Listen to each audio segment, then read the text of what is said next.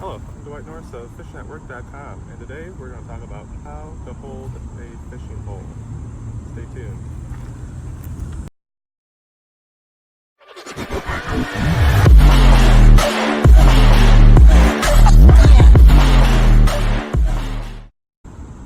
Generally, with most fishing poles, you're going to have a open face reel slash spinning reel where the line is exposed in a circular fashion, which I talked in a previous video.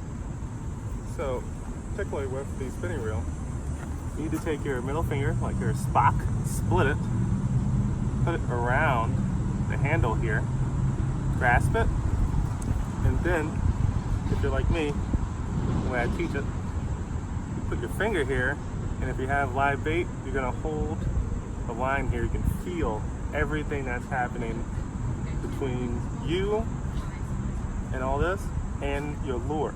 So you can feel when a fish is picking it up, tasting it, moving it a little bit left to right, or just taking it and just going. We all know that move. That pulls the whole thing down.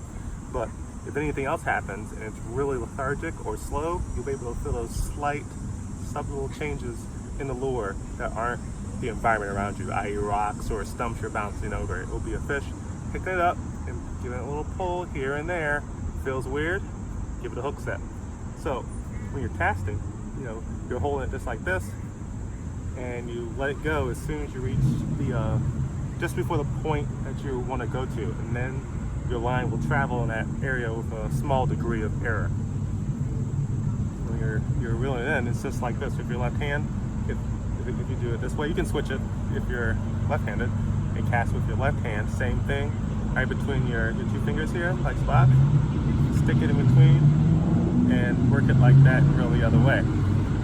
Now, right here, you can see there is a counterbalance. This is a Kevin Van Dam series Team KVD lightweight rod. And it's, as you can see, easy to balance on one finger. Wow, got that right the first time. Good job, Dwight. If you're going to be casting really far, or you're using this in the salt water and you have to put a lot of weight on the fish, you can do the same kind of hold here, but you're going to put your other hand toward the back of it, not directly on the butt, but directly above the butt, and then you can do longer and harder casts and put more force behind it, and you can also hook set it harder too, whenever you're, depending on what kind of thing you're hooking into. If you have a striped bass, you don't want to hook it with one hand. You want to really reel back like a bluefish and make sure the hook penetrates the mouth effectively. Otherwise, whenever it jumps, it's going to throw your bait or your hook, and then you'll be crying because you lost your fish.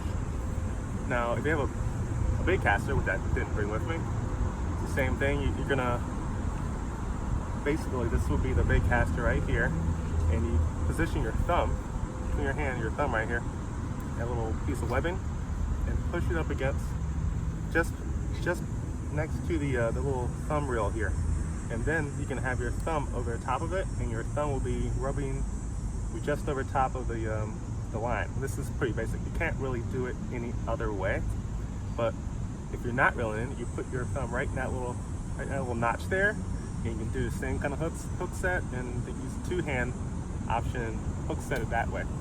And other than that, there's really not much other ways to actually hold a fishing pole. So you're looking about ways to hold a fishing pole, or maybe different techniques.